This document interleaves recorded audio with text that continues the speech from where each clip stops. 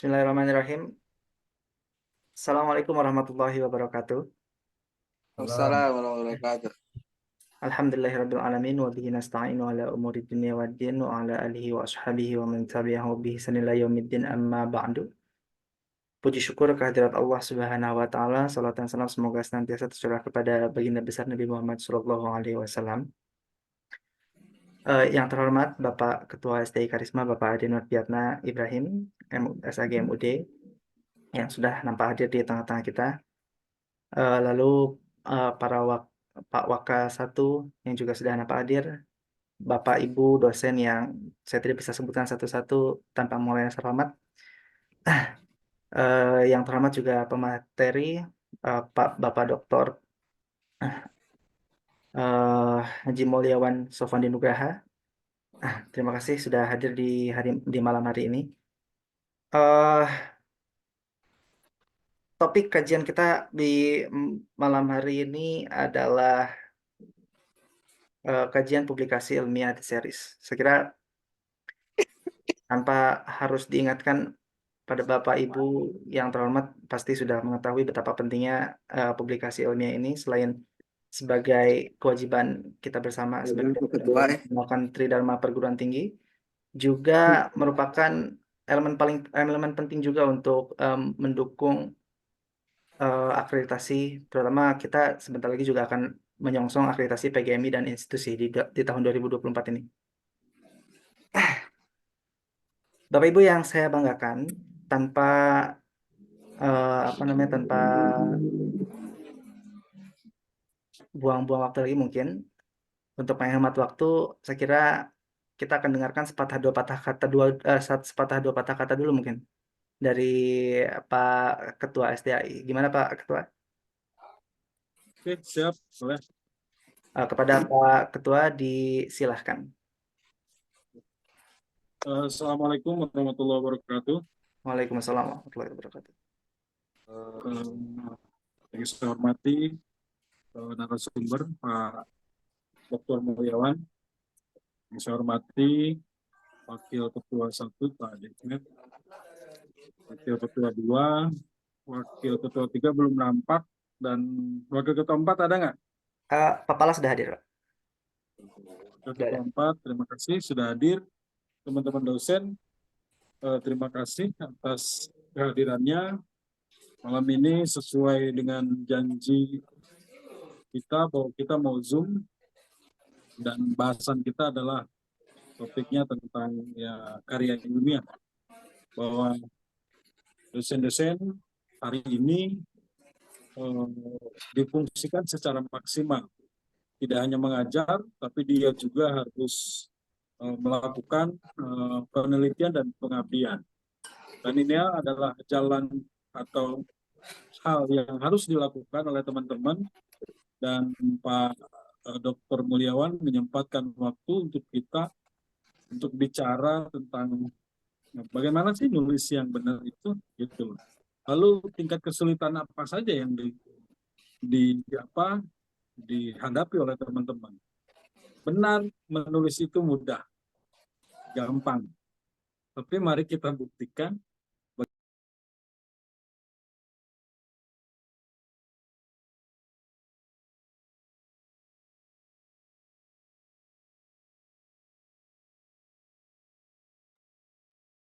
Unmute ya.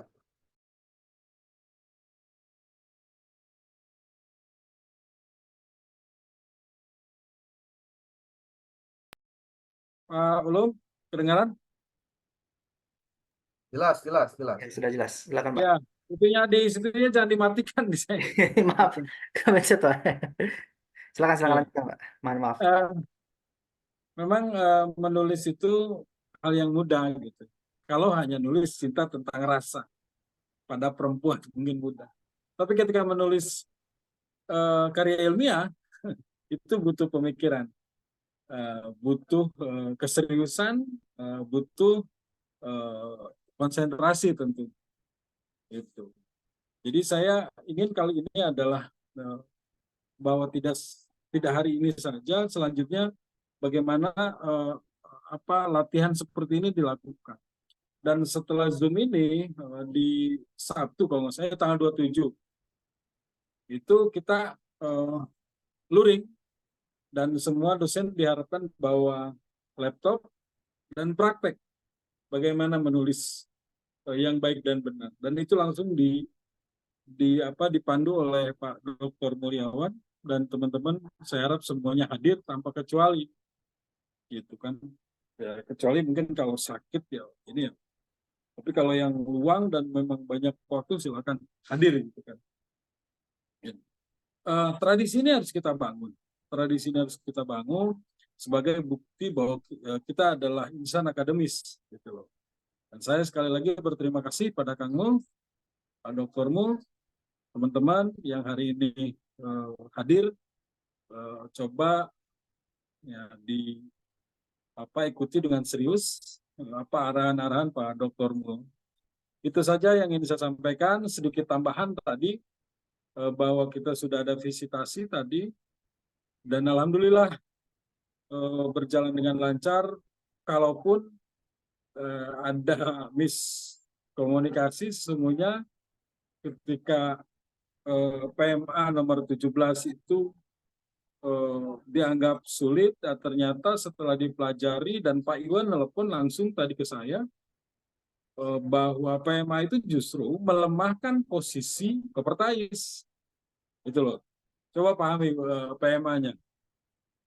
Melemahkan, bahkan ketika Anda mengajukan prodi baru, itu tidak harus ada rekom. Coba baca. Ntar setelah ini mungkin kita bisa diskusi kecil.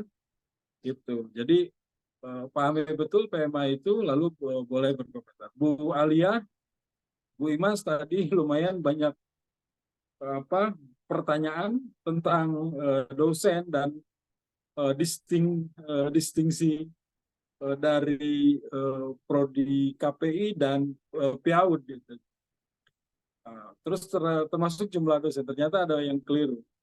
Tadinya kita mau protes tapi biarlah, gitu, biarlah yang saya obrolkan tadi bahwa ya di lain-lainnya dundungan, gitu. Tapi pada akhirnya di PMA itu apa yang saya katakan di awal dari sambutan bahwa sebenarnya mau dihilangkan fungsi itu. Fungsi Kopertais. Coba dibaca. Itu saja mungkin yang ingin saya sampaikan. Terima kasih pada teman-teman yang sudah hadir, dosen, narasumber, dan teman-teman struktural. Saya selanjutnya akan mengikuti saja. Saya serahkan semuanya pada host, pada Kang Bulung. Itu saja. Assalamualaikum warahmatullahi wabarakatuh. Waalaikumsalam warahmatullahi wabarakatuh. Warahmatullahi wabarakatuh. Terima kasih pada yang terhormat Ketua STI Karisma atas beberapa sambutannya. Sangat gamblang sekali ya tentang pentingnya publikasi ilmiah ini. Di samping itu, semoga harapan-harapan kita semua dengan visitasi yang tadi sudah dilaksanakan oleh Kopertais, harapan-harapan Ketua STAI dan juga kita semua utamanya bisa terwujud sehingga impian dari STAI menjadi IAI itu bukan hanya lagi sekedar sebagai mimpi saja. Terima kasih sekali lagi Pak Ketua. Untuk acara selanjutnya tanpa banyak membuang waktu dan untuk menghemat waktu juga, mungkin kita akan langsung ke materi saja. Kang Mul sudah siap untuk materi malam ini, Kang Mul? Ini share screen-nya masih disable. Coba Oh dulu. ya,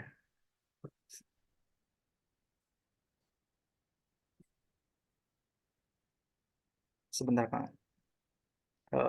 Terus dijadiin ini dulu ya. Hmm.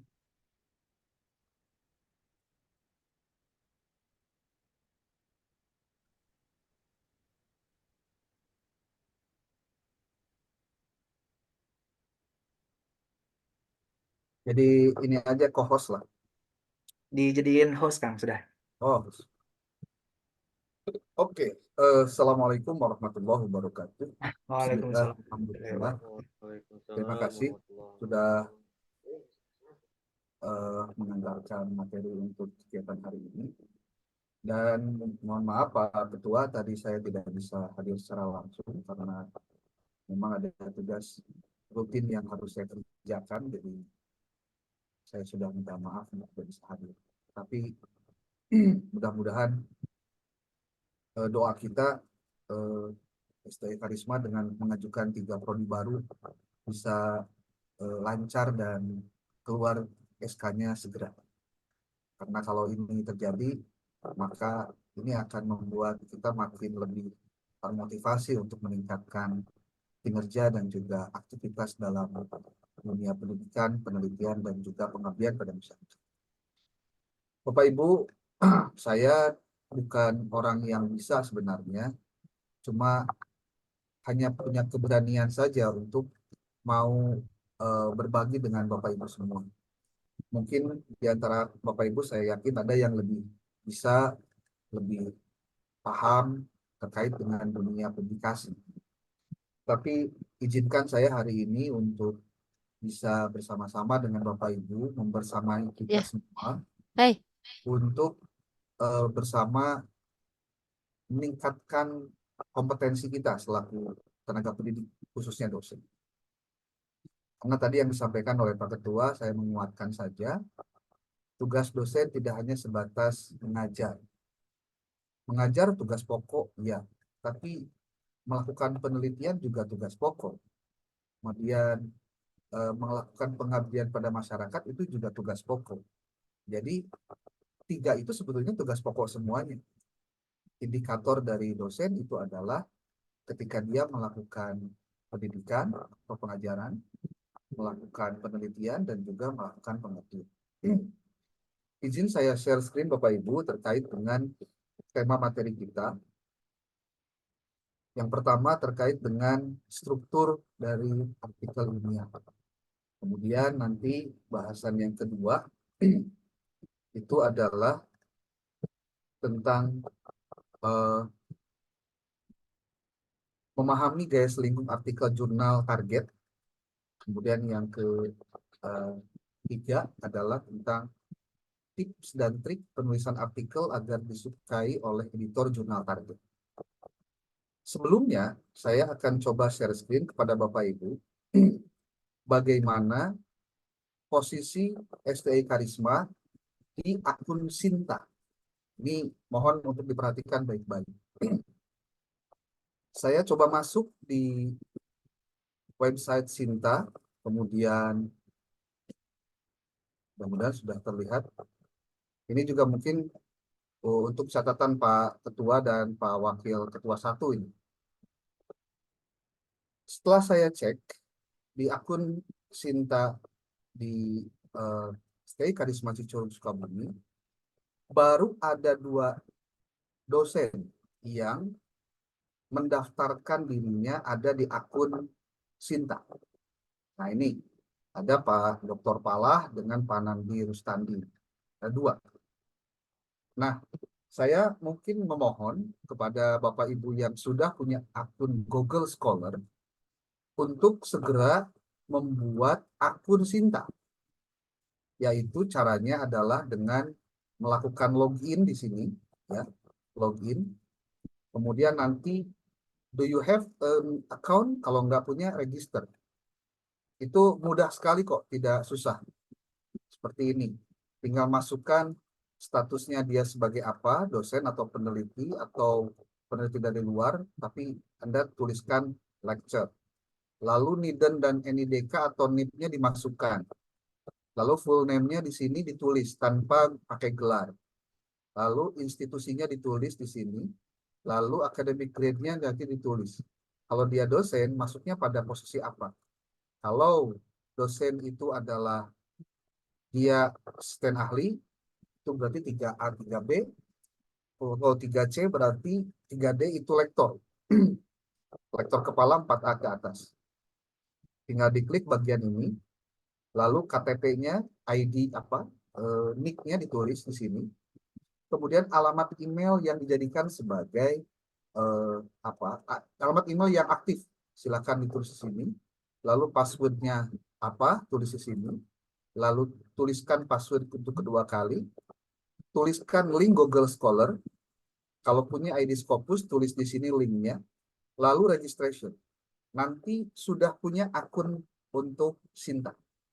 gitu ya.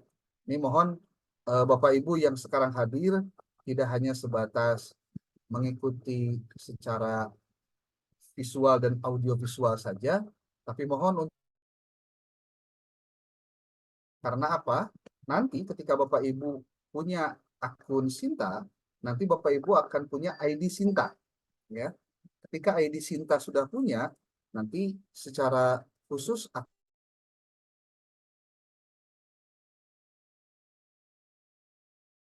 Bapak Ibu harus melalui approval dari operator Sinta yang ada di Bandung. Jadi operator Sinta itu dibagi berdasarkan expertise. Nah, itu juga harus punya. Jadi mohon posisi ini untuk diisi, ya, untuk diisi. Untuk catatan saja hari ini juga di approve selesai. Jadi nanti semua tulisan yang ada di dalam Google Scholar, di dalam ada di Scopus juga atau di Web of Science itu masuk di akun Sinta ini. Begitu Bapak Ibu, ya. Oke. Kemudian yang selanjutnya ini juga ingin saya sampaikan terkait dengan pertama format penulisan artikel ilmiah. Sebelum masuk ke sini Bapak Ibu, kita bicara tentang karya tulis ilmiah. Apa saja artikel ilmiah itu, kemudian bagaimana memulai menulisnya, apa yang terjadi pada penyimpangan penulisan karya ilmiah, dan apa yang harus dilakukan pertama kali sebelum kita submit ataupun setelah menulis dengan melakukan self-assessment atau assessment diri kita sendiri. Kita lihat satu persatu Bapak Ibu. Apa saja yang termasuk pada karya ilmiah? Sebetulnya artikel jurnal itu hanya salah satu dari sekian banyak output penelitian. Bisa bentuknya nih seperti artikel ilmiah yang dipublikasikan, Bapak Ibu bisa lakukan di jurnal nasional, bisa juga melakukan di jurnal nasional terakreditasi Sinta 1 sampai dengan Sinta 6, atau terpublikasi di jurnal internasional, atau ada juga jurnal internasional yang bereputasi, atau pada proceeding internasional. Ketika artikel ini dipublikasikan di jurnal-jurnal seperti ini, maka Bapak Ibu sudah atau ketika Bapak Ibu melakukan riset, lalu kemudian ditulis dalam bentuk buku, nah buku pun ini bisa disebut sebagai karya ilmiah juga. Ada buku referensi, ada monograf, ada buku ajar, ada bunga rampai, atau juga book chapter. Ya. Nah ini adalah buku-buku yang jenis buku yang bisa dihitung sebagai output dari penelitian yang kita sebut dengan karya ilmiah. Atau kalaupun tidak membuat buku bisa dalam bentuk modul perkuliahan.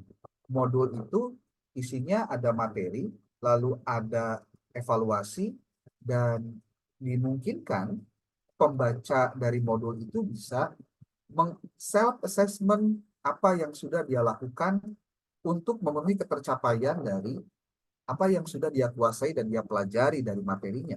Itu modul. Nah, bentuk laporan karya ilmiah yang lain adalah ada laporan penelitian. Jenisnya ada skripsi, ada tesis, ada disertasi.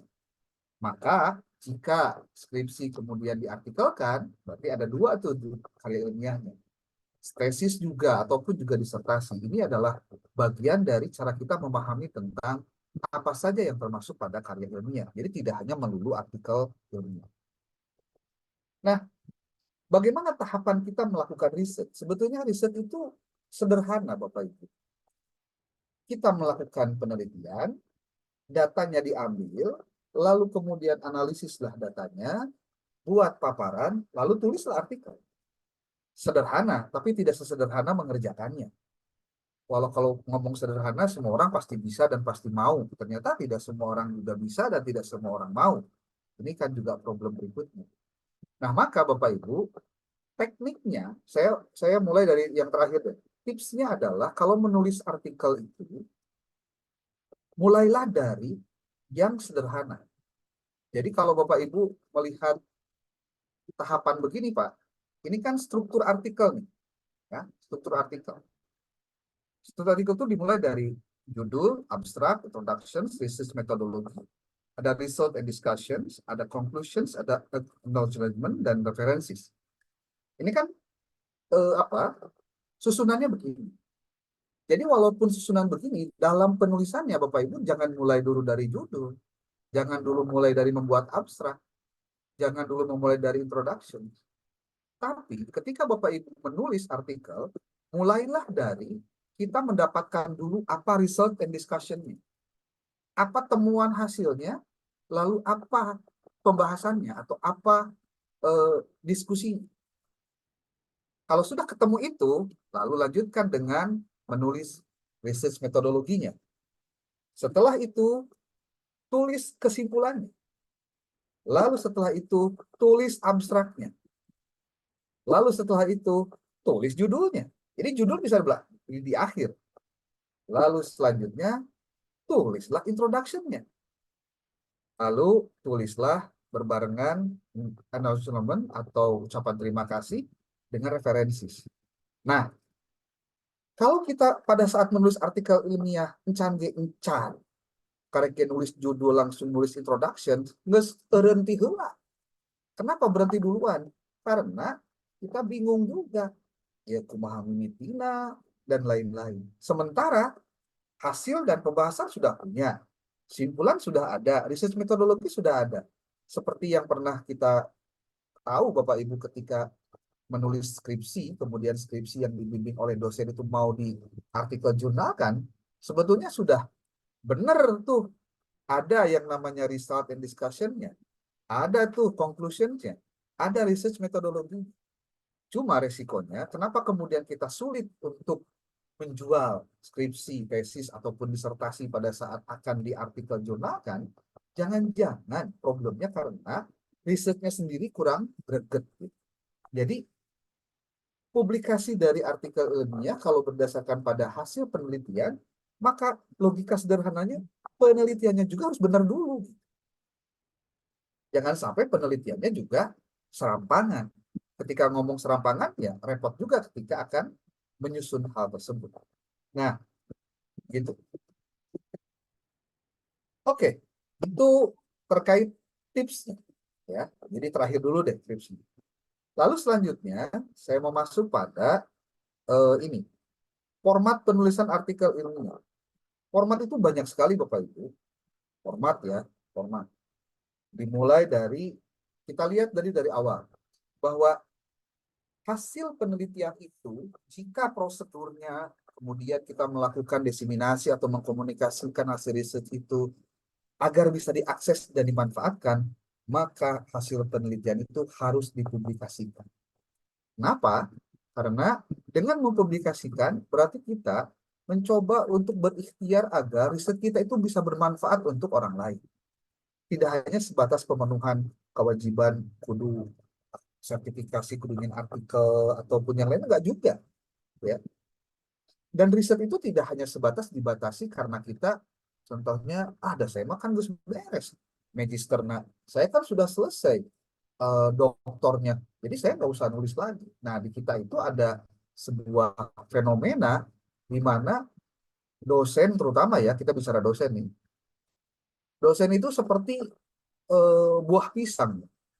Buah pisang itu gimana? Buah pisang itu, dia itu berbuah, Pak. Cau itu, pisang itu berbuah, itu dalam hidupnya itu cuma 1 kali, Pak. Dan setelah itu dia harus mati. Kenapa harus mati? Ya kalau nggak mati dia juga tidak akan berbuah 2 kali. Nah, jadi magister ataupun jadi doktor jangan sampai fenomenanya sama seperti pohon pisang itu. Menulis hanya sekali. Kapan? Ketika nulis tesis. Ketika nulis disertasi. Setelah itu, nggak nulis-nulis lagi. Nah, itu repot. Maka, ketika kita akan menulis hasil penelitian dan dipublikasikan di jurnal, kita wajib memahami dan memiliki formatnya seperti apa. Nah, Bapak Ibu, ketika bicara format, di sini ada tulisan. Ada Aimrad. Aimrad itu ya orang nyebutnya Imrad lah, karena abstraknya tidak dihitung. Ada semuanya pasti pakai abstrak. Aimrad itu terdiri dari abstrak, introductions, methods, result, discussions. Bapak Ibu lihat di sini posisi-posisinya. Ini posisinya seperti ini. Introduction itu ada seperti eh, segitiga ke bawah. Lalu metode ini bagiannya lurus. Discussion itu dari bawah jadi melebar. Jadi kalau introduction dari umum ke khusus, kalau discussion dari khusus ke umum. Posisi abstrak, pendahuluan, metode, hasil, dan pembahasan, saya pikir semuanya sudah bisa tahu ini. Ya. Nah, komponen tambahan dari sebuah artikel itu adalah ada judul, afiliasi, plus alamat email tentunya, kemudian ada kajian teori, ucapan terima kasih, referensi, dan lampiran. Khusus untuk komponen tambahan kajian teori, di beberapa jurnal ada juga yang tidak mempersyaratkan munculnya kajian teori. Karena kajian teori pada akhirnya masuk pada pembahasan terkait dengan novelty penelitian. Jadi tidak dituliskan langsung literatur kajian literatur gitu, tidak dimasukkan ke situ. Termasuk ucapan terima kasih kalau tidak diperlukan ya tidak usah pakai. Tapi kalau untuk referensi dan lampiran itu wajib ada ya. Lampiran itu kalau diperlukan, kalau tidak juga tidak masalah. Tapi kalau misal jurnalnya meminta Anda melampirkan lampiran hasil riset Anda, berarti Anda sudah mempersiapkan. Karena beberapa artikel ada juga yang terlihat sepertinya melakukan riset, tapi pas ditanya mana datanya, mana kumpulan data yang Anda lakukan analisis itu. Nah, beberapa jurnal meminta biasanya datanya kemudian dikirim, walaupun data itu tidak dimunculkan langsung dalam artikel Anda. Nah, maka formatnya, kalau kita gabungkan format itu, maka nanti formatnya ada judul, ada kemudian nama atau identitas penulis, termasuk di dalamnya adalah nama, kemudian nama afiliasi dan email. Biasanya email itu untuk sebagai kontributornya, siapa yang menjadi kontribusinya. Lalu ada abstrak, lalu ada kata kunci, ada pendahuluan, ada metode, ada hasil dan pembahasan, ada simpulan, dan ada referensi. Gitu. Nah, Bapak Ibu, maka bagaimana cara kita menyusun kerangka pendahuluan? Nah, ini sebetulnya sudah masuk pada tahapan-tahapan menyusun langkah memulai membuat artikel ya. Saya mungkin tidak akan dulu masuk ke situ karena ini akan jadi tema kita di pertemuan yang akan datang karena ini kita the series ya. Kalau the series berarti terus berkelanjutan. Mudah-mudahan kita disehatkan pada posisi itu kita bisa dalam keadaan yang bisa mengikuti kegiatan ini dengan sebaik-baiknya. Jadi saya akan skip bagian ini karena ini akan nanti masuk pada paparan yang akan datang. Oke. Nah, sekarang pertanyaannya, kenapa kita itu kok penting melakukan publikasi ilmiah? Kok penting ya? Nah, ini kita akan jawab pertanyaan-pertanyaan ini. Bapak Ibu, pentingnya publikasi karya ilmiah itu karena ini Pak, itu adalah bagian dari reward. Ya. Kemudian yang kedua, ketika berbicara reward, itu Bapak Ibu, akademisi itu harus lebih bersemangat ketika menjalankan amanat pokok profesinya. Apa sih? Pengembangan ilmu, Pak. Dan pengembangan ilmu itu bisa dilakukan oleh dosen, itu tidak hanya di ruang kelas, tapi juga ketika dalam ruang lingkup untuk mempublikasikan karyanya. Yang kedua, pentingnya publikasi karya ilmiah itu adalah sebagai cara untuk membangun budaya akademik yang baik. Tentu di sini Bapak Ibu kita tidak lagi bicara, wah saya tamat pinter. Tapi kalau tidak ada karyanya, nggak disebut pinter, Pak. Bahasa Prof. Tafsir dulu ketika kuliah, waktu saya dulu S2 itu, beliau sampai bicara begini, Pak. Yang ya pacul makanya bisa ruah. Kayak pacul A, B, C, D dengan harga yang banyak. Tapi kalau bicara mana pacul yang bermanfaat atau yang memiliki efek yang baik, itu adalah pacul anu dipakai ke pacul, Pak. Jadi pacul harga 200.000 jeung pacul harga 5 juta. Itu kalau paculnya disimpan saja tapi tidak dipakai, itu tidak ada dampak. Jadi budaya akademik itu adalah bagian dari cara kita untuk membangun kesepahaman bahwa di dunia kampus memang membuat karya tulis ilmiah yang terpublikasi itu adalah bagian dari cara membangun budaya akademik yang. Kemudian yang ketiga, Bapak Ibu, kita itu akan terbiasa melakukan critical thinking. Apa critical thinking? Saya yakin Bapak Ibu paham lah. Membangun budaya kritis. Menulis itu siapa bilang mudah? Iya, mudah ngomongnya. Menulis yang benar, semua juga bisa, Pak. Nulis di WA juga kita sering, Pak. Nah, kalau Bapak Ibu senangnya menulis yang bukan akademik, berarti menulislah prosa, menulislah puisi. Itu juga menulis, Pak. Dan itu tidak salah. Tapi kalau Bapak Ibu sebagai seorang dosen, wayahna, berarti kemampuan akademik dari Bapak Ibu ditunjukkan dengan ketika Bapak Ibu memiliki daya kritis yang tinggi karena sering melakukan riset, Pak. Nah, yang keempat, supaya publikasi ilmiah itu mengantarkan Bapak Ibu untuk melakukan riset dengan baik, Pak. Saya ingin mengatakan begini. Anda, kita semua, kalau kita jadi dosen, wajib paham yang namanya metodologi penelitian. Walaupun Anda tidak mengajar mata kuliah metodologi penelitian. Paling tidak ada 3 alasan. Kenapa kok kita wajib paham tentang metodologi penelitian? Yang pertama, Bapak Ibu, karena Bapak Ibu dosen, ada tugas pokok melakukan penelitian. Masa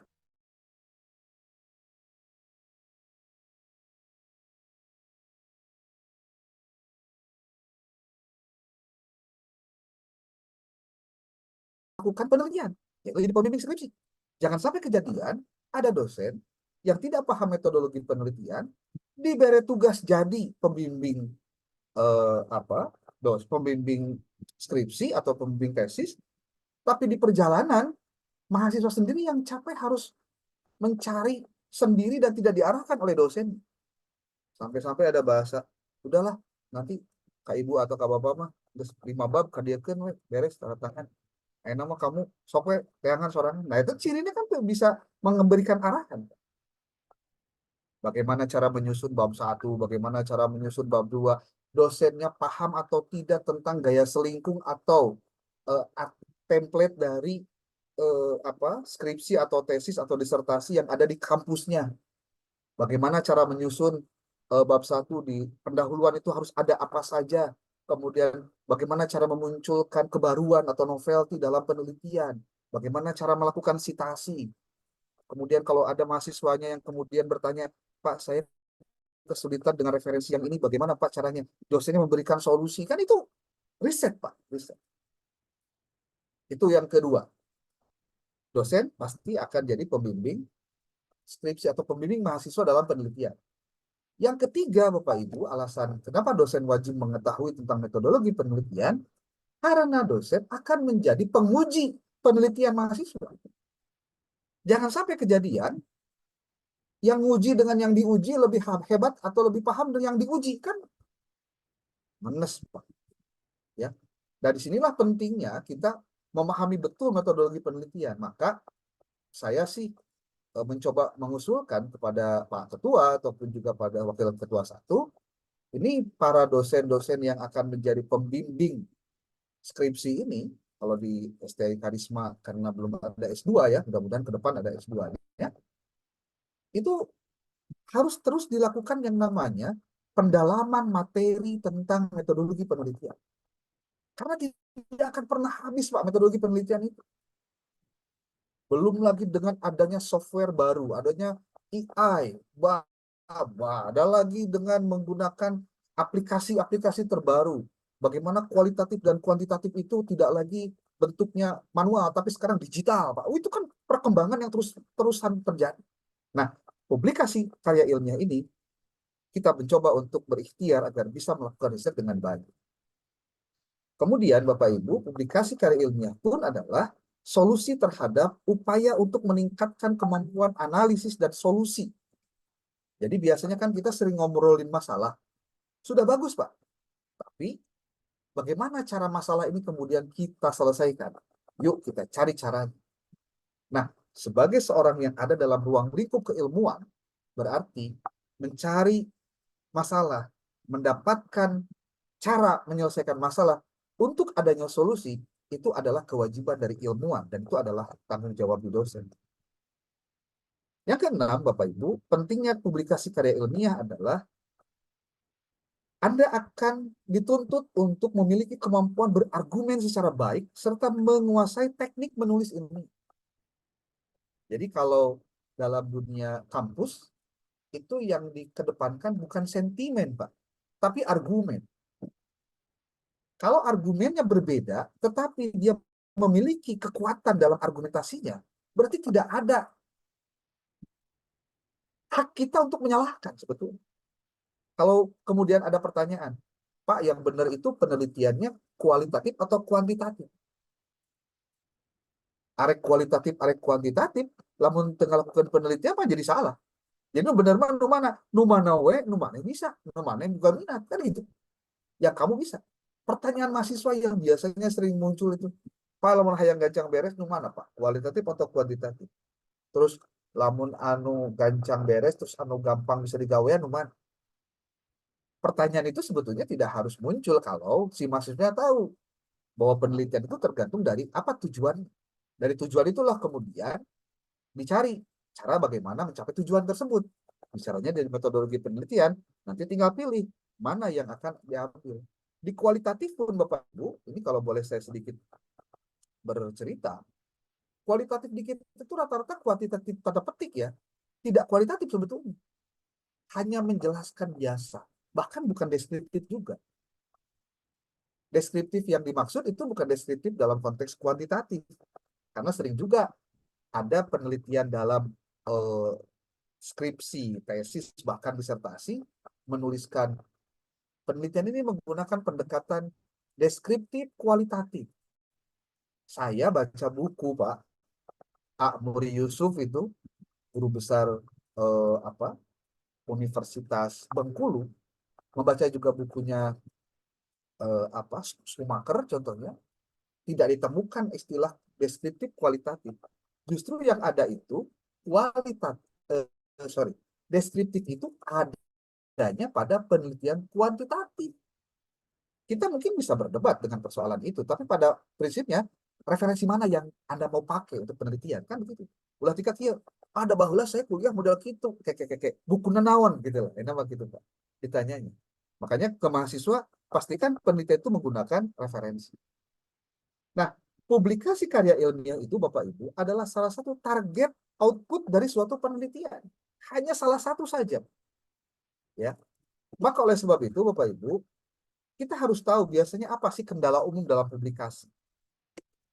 Kendala umumnya adalah, pertama, kita biasanya persoalan dengan bahasa Inggris. Ya, kalau di kampus kita sudah terbiasa berbahasa Inggris, sekarang harus bergeser nih, bahasa Inggrisnya harus yang academic writing nih, English academic writing. Jadi tidak hanya pada persoalan yang bahasa Inggris biasa, tapi academic writing. Nah, kalau sekarang sudah banyak juga aplikasi yang bisa menerjemahkan bahasa Inggris. Bahkan kalau model saya yang bahasa Inggrisnya pas-pasan contohnya, ya sekarang dengan adanya banyak teknologi itu bisa memunculkan tulisan-tulisan berbahasa Inggris yang bagus, Pak. Walaupun nggak bisa bahasa Inggris.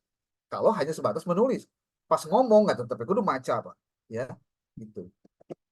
Kemudian, ini kendala umum juga Bapak Ibu.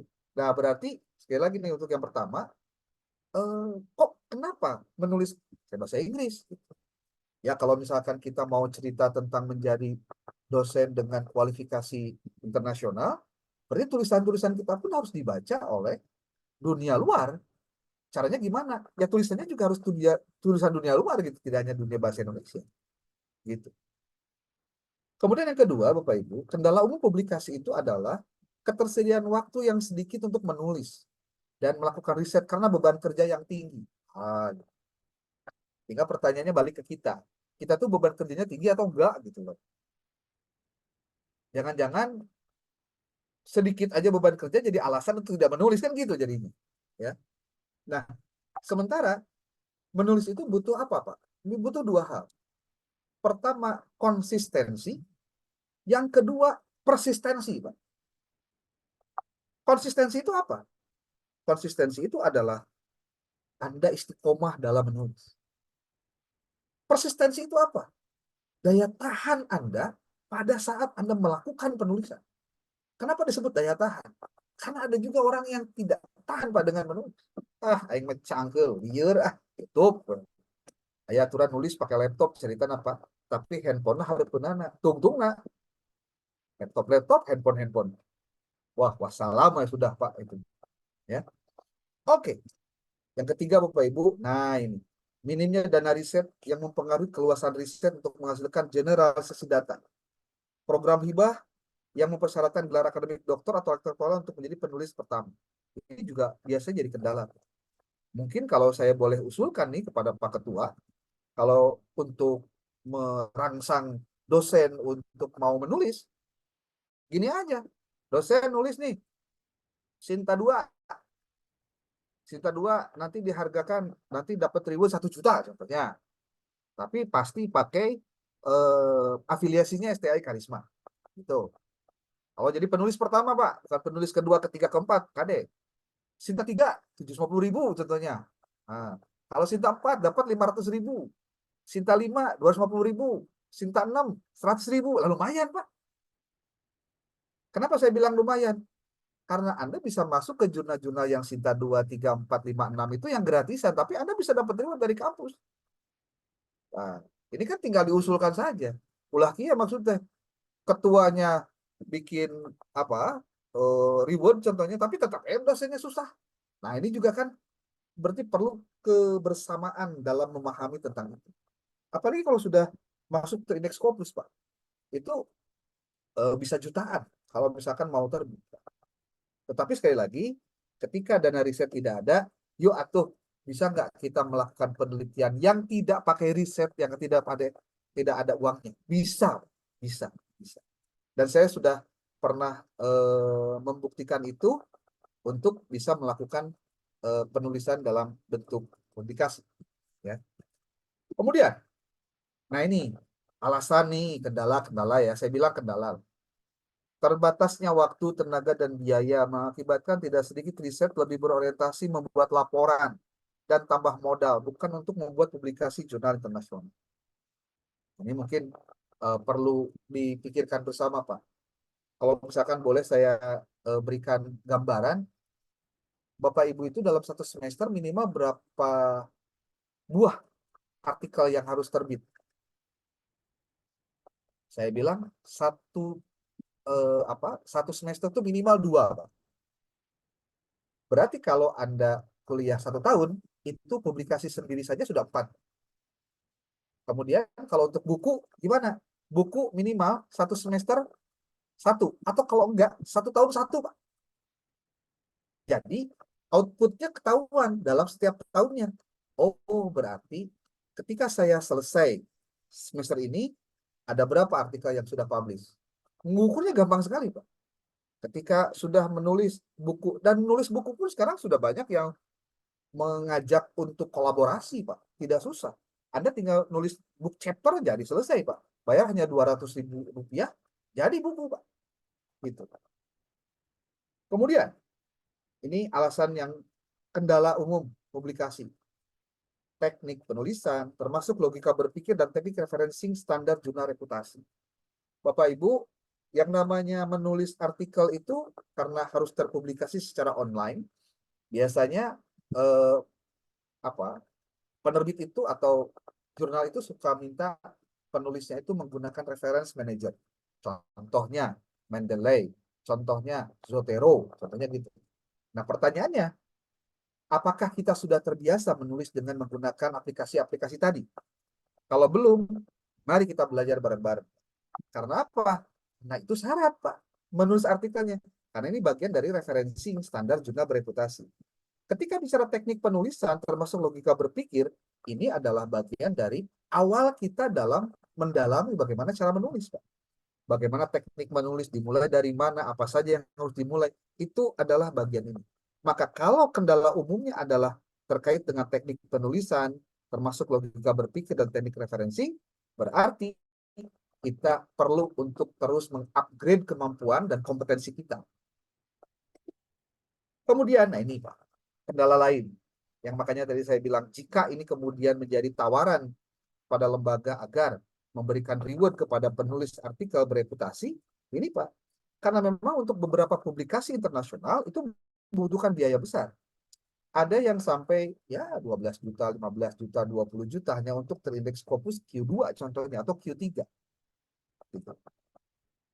Memang terdapat beberapa jurnal terindeks Scopus yang gratis, ya, open access system.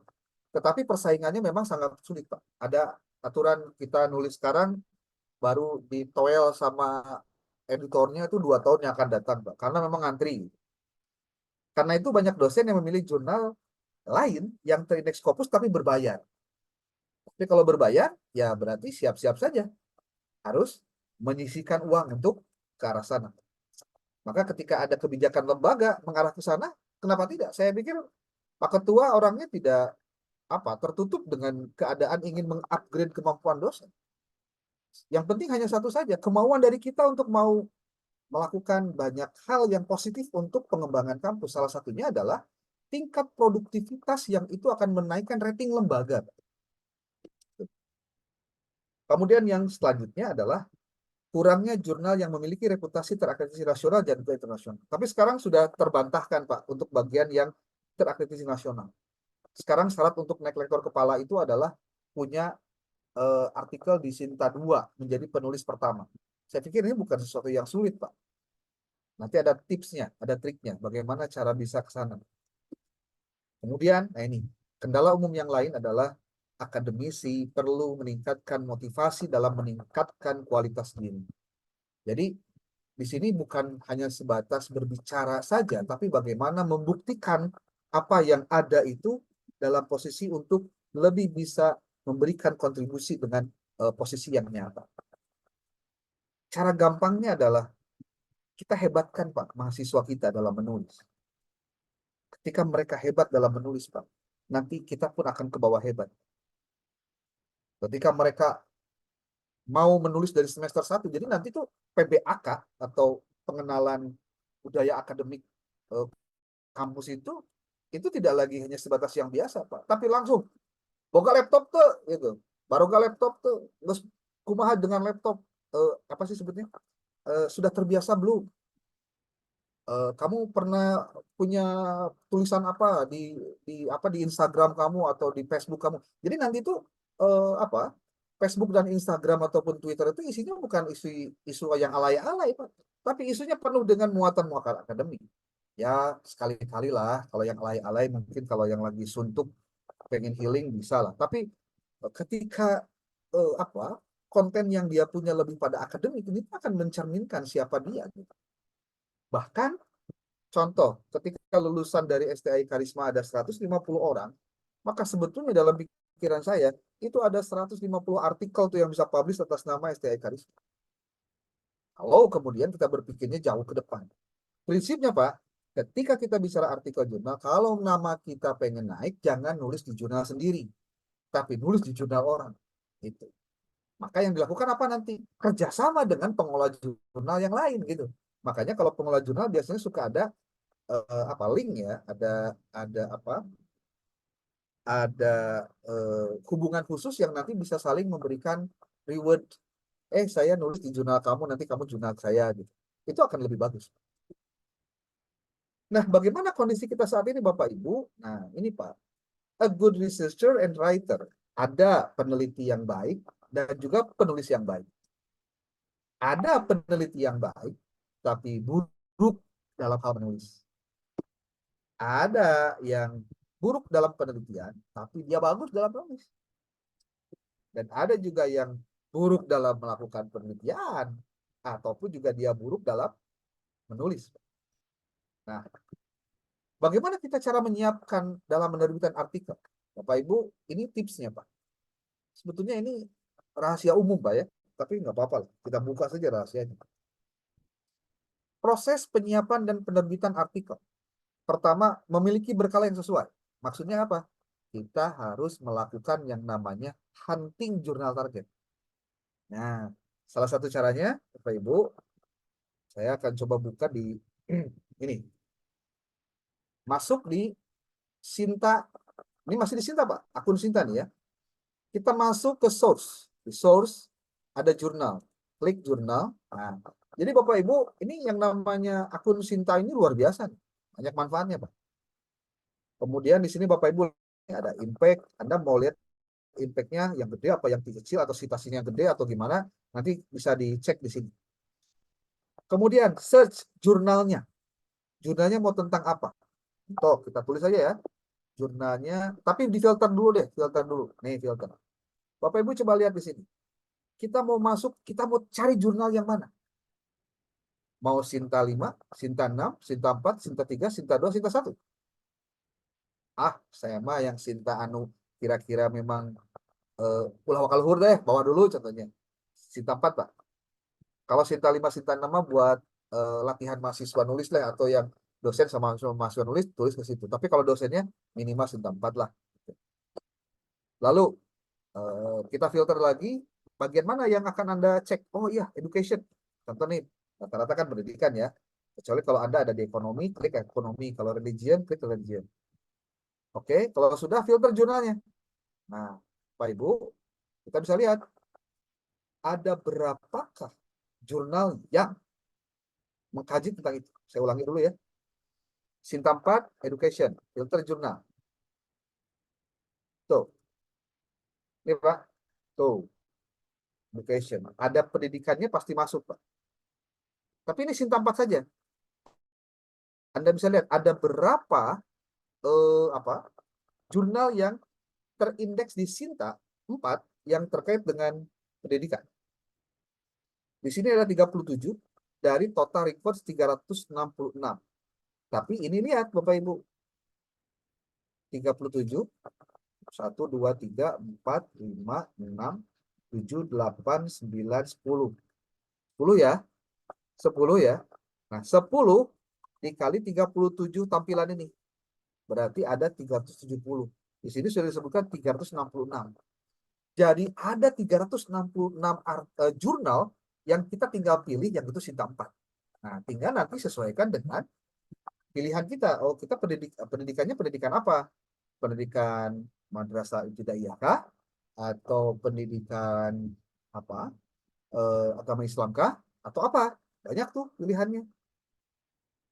Dan ini semuanya Sinta 4 karena kita pilih dari Sinta 4. Tuh, Bapak Ibu. Saya mah kan prodinya PGMI nih. Contoh kata Bu Dr. Haji Hasanah tuh. Karena saya mau nulis tentang ke-MI-an, ya berarti pilihlah prodi PGMI. Ini sudah ada jurnal-jurnal yang khusus keprodian, Pak. Nih, klik. Atau edukasi jurnal pendidikan dasar. Tapi ini lihat, Sekolah Tinggi Agama Hindu Negeri Empu Kuturan Singaraja. Bali kayaknya ya. Atau ini, jurnal Papeda. Jurnal Publikasi Pendidikan Dasar. PGMI pasti masuk. Nih, klik. Bagaimana cara ngekliknya? Gampang, Pak. Masuk ke website ya. Klik kanan, open link in new tab.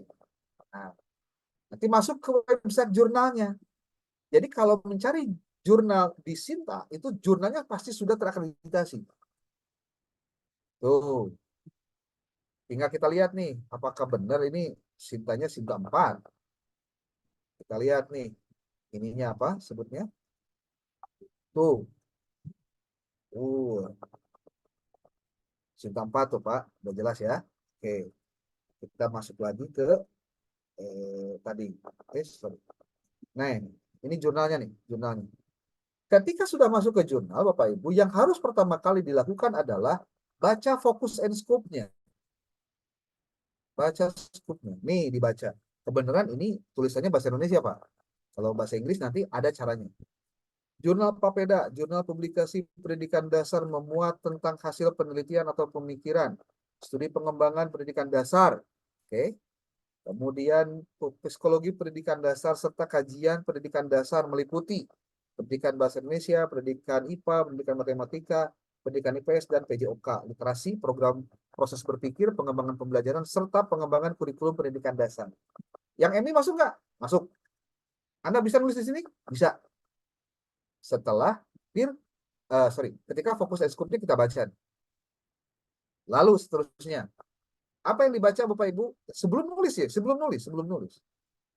Baca dulu oleh Bapak Ibu yang namanya author guidelines. Nih, author guidelines itu adalah petunjuk bagaimana si penulis itu menulis. Jadi pedoman penulisan untuk penulis. Nih baca dulu Pak. Singkatan bacaan karena setiap jurnal memiliki template yang berbeda-beda, memiliki apa author guidelines yang berbeda-beda, tidak sama. Kemudian setelah itu Bapak Ibu lihat siapa sih yang menjadi editornya, siapa yang menjadi reviewernya. Nih, coba, oh ini proses review ya. Ini editorial team, lihat. Oke Bapak Ibu. Oh Ayah Asrul. Kemudian Ahmad Yulianto, Arif Kusnudrus. Ini adalah editor ya. Lalu ada reviewer. Reviewer nih reviewernya. Oke. Nah, saya sarankan kepada Bapak Ibu ketika akan menulis artikel, tentukan jurnal targetnya. Lalu, nah ini nih, kalau Anda mau tahu ya, Anda pastikan melihat editor in chief-nya nih, Asrul, Ediscopusnya ini. Nah, kita klik Pak.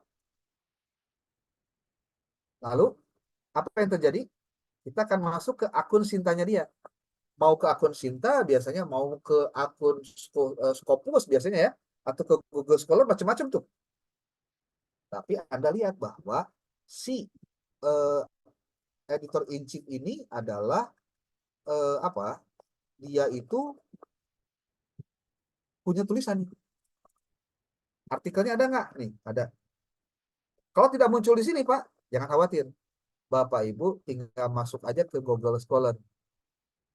Masuk ke Google Scholar, tulis nama Asrul sebagai editor in chief ya. Nih, sebagai editor in chief. Asrul. Universitas apa sih namanya? Muhammadiyah Sorong. Universitas Pendidikan Muhammadiyah Sorong. Oh, Pak. Ada nama Asrul, Pak. Dicek deh, Pak. Ayat. Ayat tulisannya apa? Kalau Anda cerdas, Anda harus mensitasi dari artikel yang dia tulis, Pak. Etate bahasa gampangnya, kita melakukan gratifikasi yang sifatnya ilmiah, tapi tidak salah. Kita berinfak dan bersedekah dengan mencantumkan namanya, Pak. Kok bisa? Bisa. Nanti ketika dia lihat artikel kita dan ada nama dia, kutip tuh. Itu baru satu, Pak. Coba lihat lagi. Managing editornya siapa? Ahmad Yulianto. Kurang copy deh, Pak. Kurang tayangan deh. Sitasi juga dari punya dia. Gimana cara mensitasinya? Nantilah itu mah edisi yang akan datang lah. Ya. Yang penting Anda tahu bahwa kita harus mensitasi tulisan yang sudah dibuat oleh editornya. Muncul tuh biasanya karena tulisannya lengkap. Nah ini Ahmad Yulianto. Coba kita hapus ini. A Yulianto Pak namanya. Nih. Tuh. Nanti kalau sudah kita tes, nggak aktif nih, error. Biasanya kalau error tuh dari sananya Pak. Kalau error lagi berarti memang problemnya ada. Nah, ini berarti alamat citasinya perlu diperbaiki oleh yang bersangkutan. Sekali lagi deh, siapa? Board of Editor Arif Kuswidianarko. Pokoknya Pak, cantumkan semua riset-riset dari orang-orang yang ada di sini Pak menjadi apa? Menjadi referensi dari tulisan kita. Wah, itu powerful Pak. Itu baru satu ya. Nah, sekarang yang kedua, citasi juga dari ini Pak, reviewernya. Dikutip Pak. Jadi bahasanya saya teh maca loh naskah kamu gitu. Nah, setelah Anda mengumpulkan tentu yang Anda lakukan itu adalah penulisan terhadap naskah-naskah yang relatif relate dengan tujuan penulisan artikel yang Anda buat. Bapak Ibu, jangan lupa kalau Anda sudah mensitasi editornya, mensitasi reviewernya, ada lagi yang ketiga, Pak. Anda harus mensitasi artikel yang ada di jurnal itu. Nih, buka arsip, Pak. Nih, dia sudah terbit berapa edisi? Ada 2024 ya, sudah terbit 1. 2023 terbit 1. Tentu sekali lagi, Anda sitasilah bagian yang sesuai dengan riset Anda. Contoh nih, kalau misalkan pembelajaran MI ingin meningkatkan berpikir kritis, tinggal tulis aja di sini kritis, contohnya. Ada nggak tentang berpikir kritis di sini? Tuh, banyak ternyata tuh. Berpikir kritis, dalam upaya implementasi berpikir kritis. Terus ketika Anda melakukan riset tentang berpikir kritis untuk siswa madrasah ibtidaiyah, Anda kutip saja nih 1, 2, 3, 4, 5, 6, 7. Tuh, setuju Pak, artikel. Tambah tadi reviewer. Reviewer ada berapa? Contoh nih ya, kita ambil 1, 2, 3, 4, 5, 6, 7, 8, 9, 10, 11. 11, terus 18 tuh. Tambah dari reviewer berapa orang? 1, 2, 3, 4, 5, 6, 7. 7 orang tuh. Udah berapa tuh? 14 tambah 10 udah 24. Berapa minimal artikel yang Anda kutip di dalam tulisan Anda, dalam referensi, itu minimal 30, Pak. Itu semuanya harus dari artikel. 30 itu artikel semua. Dan nulisnya harus lengkap dengan DOI-nya, Pak. Atau dengan alamat web dari link yang Anda citasi. Karena biasanya makin lengkap penulisannya, minimal sebuah referensi itu mengandung 5 hal. 1 penulis, 2 judul, 3 tahun, 4 publishernya, yang kelima doa ini. DOI-nya. Oke. Itu terkait dengan tadi nih, memilih berkala yang sesuai. Terus mencari instructions for author, tadi sudah. Ini yang disebut dengan author guidelines, Pak. Lalu mencari satu contoh artikel yang sudah terbit. Nah, tugas Anda, coba cek deh. Sorry. Coba cek deh artikel di jurnal di sini, gimana sih cara nulisnya, gimana sih gaya selingkungnya, gimana sih polanya. Itu Anda bisa dapatkan ketika Anda membaca dulu terbitan yang ada di sana. Baca terbitan terbarunya, Pak. Nih, ada terbitan terbaru.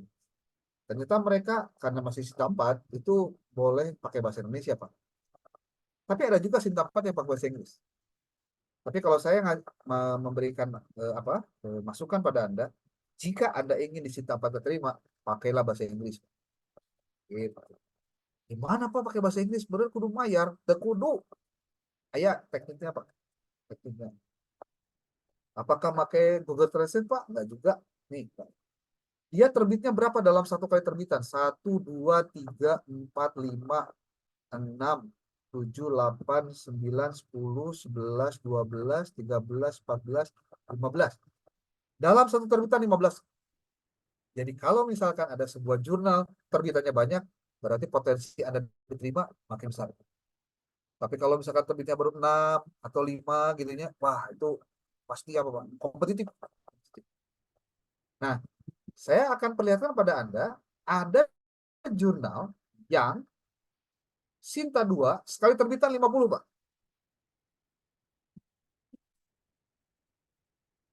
Ini. Namanya ini yang ini mungkin Pak Ketua bisa jadi benchmark ya. Ini perguruan tinggi swasta nih. STI Hubul Waton Bengkalis Riau, Pak. Sudah punya jurnal Sinta 2. Sudah terindeks Dewaj. Sudah Moraret juga, Pak.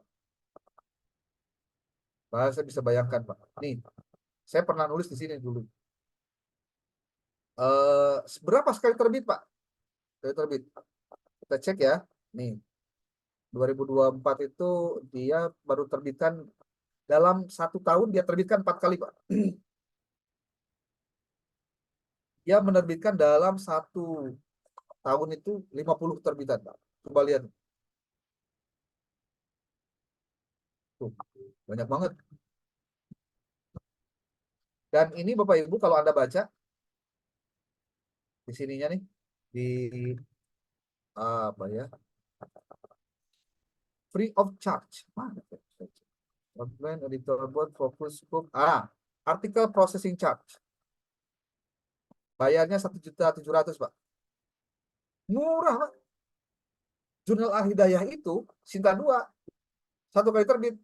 Lebih edan lagi, Pak. Kita lihat ya. Nih. Jurnal Al-Hidayah Bogor. Nih, Bapak Ibu. Ini Sinta 2, Pak. Ini masih STAI, Pak. STAI Al-Hidayah Bogor. Tapi pengelola jurnalnya gila-gilaan. Dia punya jurnal berapa, Pak? Ini 4, 5, tambah 4, 9, 10, 11, 12. 12 jurnal. Levelnya STAI, Pak. Gitu. Makanya ini saya luar biasa nih kalau Bapak Ibu kita gregetnya gede, Pak. Jadi pengelola jurnal itu jangan dilihat tahun pertama, tahun kedua, Pak. Tapi kalau sudah terakreditasi, ngantri, Pak. Kita lihat ini, Pak. Kita view jurnal punyanya STL Hidayah. Kita belajar dari keberhasilan yang sudah orang lain lakukan, Pak. Untuk kebaikan juga. Lihat, Pak, sudah Sinta 2. Di sini Pak Dr. Kun kalau nggak salah pernah nulis ya, Pak Dr. Kun. Jadi penulis pertama nih di jurnal ini. Siap, alhamdulillah. Nah, 3 bulan Ibu lalu. lihat nih. Kita lihat dulu yang ininya ya. Terbitnya berapa nih arsipnya? Coba kita lihat. Dia sudah pernah terbit nih volume 13 nomor 1 2024. Coba kita lihat berapa artikel yang dia terbitkan dalam satu periode. 1, 2, 3, 4, 5, 6, 7, 8, 9, 10, 11, 12, 13, 14, 15. 15 artikel, Pak. Satu kali terbitan. Bapak Ibu bisa lihat di sininya. Peer review-nya berapa nih? Sorry. Mana? Artikel processing charge-nya berapa? 3 juta, Pak. 3 juta. Ya kalau mau aina penulisnya 5-an, ya bisa wae lah. Jadi nanti penulis satunya 1 juta, penulis 2-nya 500, terus gitu, Pak. Yang penting masuk tulisan. Tapi jangan dibiasakan begitu. Kalau dibiasakan terus begitu, anehnya nggak bisa-bisa. Orang mah rek ngiluan maya we hungkul cenah urang tapi nulis henteu naon teu. Aduh, cangkel, Pak. Ai itu gak ditungkul mah aina geus loba lah jelema-jelema nu boga duit ujung-ujungnya menjadi teu jelas, Pak. Ya. Mending kita mengajarkan kepada mahasiswa juga menulis karena kita juga menulis. Gitu. Ini, Pak, 3 juta, Pak, Sinta 2. Tapi kalau Anda tidak Sinta 2, ya otomatis mau naik pangkat Kak, lektor kepala, Pak, walaupun sudah doktor itu. Makanya buat ini mafhum mukhalafahnya ya. Buat para doktor itu wajib menulisnya sudah Sinta 2, Pak. Targetnya sudah Sinta 2. Minimal 1 tahun sekali deh. Sinta 2. Mana kalau yang berbayar? Iya, berbayar. Bareng-bareng gitu. Nanti sekali sewang. Contoh ya. Ada 3 orang dosen, 5 orang dosen nih, 5 orang dosen. Tapi memang bagusnya sih jangan satu perguruan tinggi yang sama. Karena nanti relatif bakal tertolaknya tinggi, Pak. Harus misal-misal deh minimal 3 dari dalam, 2 dari luar gitu. Ya. Jadi posisinya saya nulis. Oke. A, B, C, D, E nih, 5 orang nulis. Setiap orang nulis. Dan setiap orang memasukkan ke jurnal Sinta 2. Nanti si A nulis sebagai penulis 1. Yang lainnya penulis 2, 3, 4, 5. Oke. Lalu penulis 2, dia nulis juga dengan tulisan yang berbeda. Dia jadi penulis 1, si A penulis 2, si B penulis 3, dan seterusnya. Yang ketiga juga nulis. Nulisnya nulis apa? Nulis juga ke Sinta 2. Jadi penulis 1. Yang lainnya jadi penulis 2, 3, 4, 5. Yang keempat itu juga nulis. Dia yang keempat ini jadi penulis 1.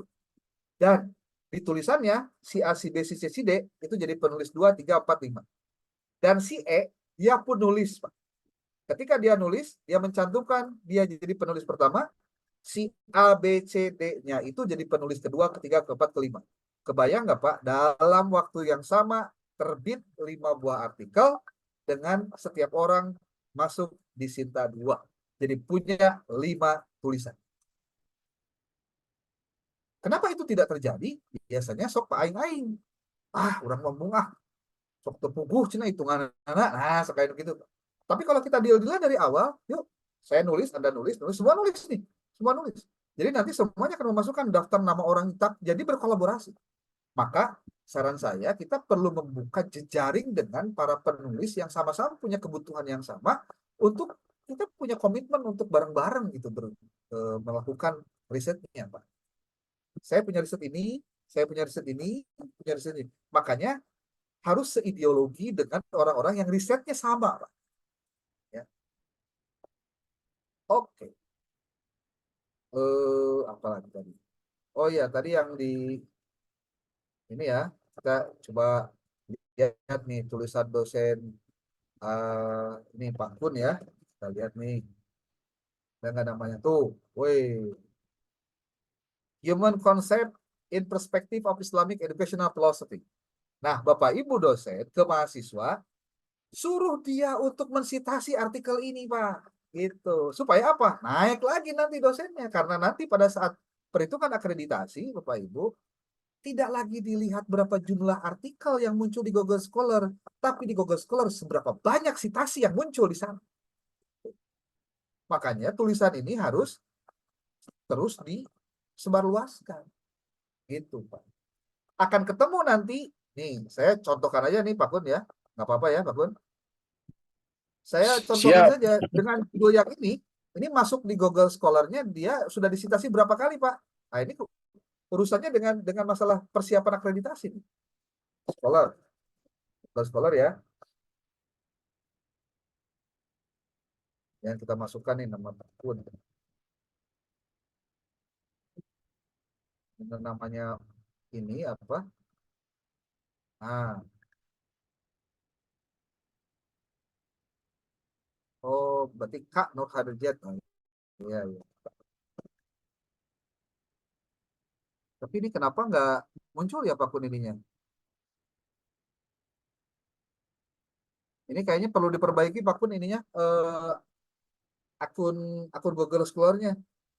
Ini kalau yang akun Google Scholar-nya yang muncul itu garis bawah ini di sini nih. Kalau ini tidak ada garis bawah jadi nggak bisa diklik nih. Itu biasanya ada huruf yang nggak keklik atau nama yang tidak ada spasinya itu biasanya kejadian begini Pak. Itu coba nama saya. Ya ini tuh nggak muncul. Jadi kalau misalkan Pakai nama Kun. kenapa? Kun Nur Ahad. Ini contoh ya. Kalau punya saya, nih, tuh Pak Kun, itu pasti ada ininya tuh, ada garis bawahnya, jadi bisa diklik kliknya. Tuh, itu Pak. Ini coba nanti dicek lagi Pak, sebab kalau nggak dicek, posisinya nanti eh, apa? Tulisan-tulisan kita jadi tidak terindeks di Google Scholar Pak, kalau seperti itu. Itu masuk aja ke akun Google Scholar-nya, kemudian nanti diedit, diperbaiki saja linknya, nanti otomatis juga benar lagi Pak. Saya punya pengalaman masalahnya, ada teman saya di Bandung, namanya Heris Hermawan. Di itunya, di apa? Dia ngirimin link, ini link Google Scholar saya. Pas diklik ternyata Acep Hermawan. Ternyata pas di dalami lagi, oh ternyata ada kekeliruan dalam penulisan si link Google Scholar-nya. Jadi namanya itu harus pakai spasi. Jadi benar. Begitu. Saya pikir itu udah saja dulu untuk sementara. Sudah pukul 9 nih, berarti saya sudah bicara hampir 1,5 jam. Mohon maaf, Bapak Ibu. Tidak terasa, kalau untuk masalah begini memang seru ya, seru-seruan lah. Ya. Oke, Pak Fahrul, lanjut. Gimana? Baik, terima kasih Pak Dr. Mulyawan atas materi yang sungguh luar biasa, sangat komprehensif ya. Dan ternyata ini membuka horizon apa namanya? Cakrawala dalam publikasi ilmiah ternyata bukan cuma gitu-gitu aja. Yang paling menarik itu adalah kita harus selalu terbuka pada perubahan dan juga inovasi-inovasi dan teknologi yang paling baru. Bapak Ibu yang saya hormati, kita lanjut untuk ke sesi selanjutnya saja mungkin. Eh, kita akan coba buka sesi untuk question and answer. Jadi kalau misalkan ada Bapak, Ibu yang mau bertanya tentang publikasi ilmiah ini, disilahkan. Semuanya sudah mengerti, saya anggap sudah mengerti ya. Kalau mau misalkan ini tinggal angkat tangan aja di sini bisa Pak. Di reaction lalu angkat tangan. Seperti ini. Atau boleh juga bertanya via chat.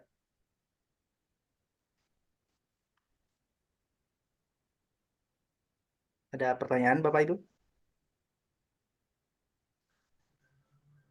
Udah hatam kayaknya. Jadi bereslah jam 9 tuntas. Ini mah eh, pengenalan aja lah. Pembuka Refresh ya? buat kita semua. Ya, membuka ya dok ya. Ya, Bapak Ibu ada pertanyaan? Silakan. Dok, ini saya mau Izin. nanya.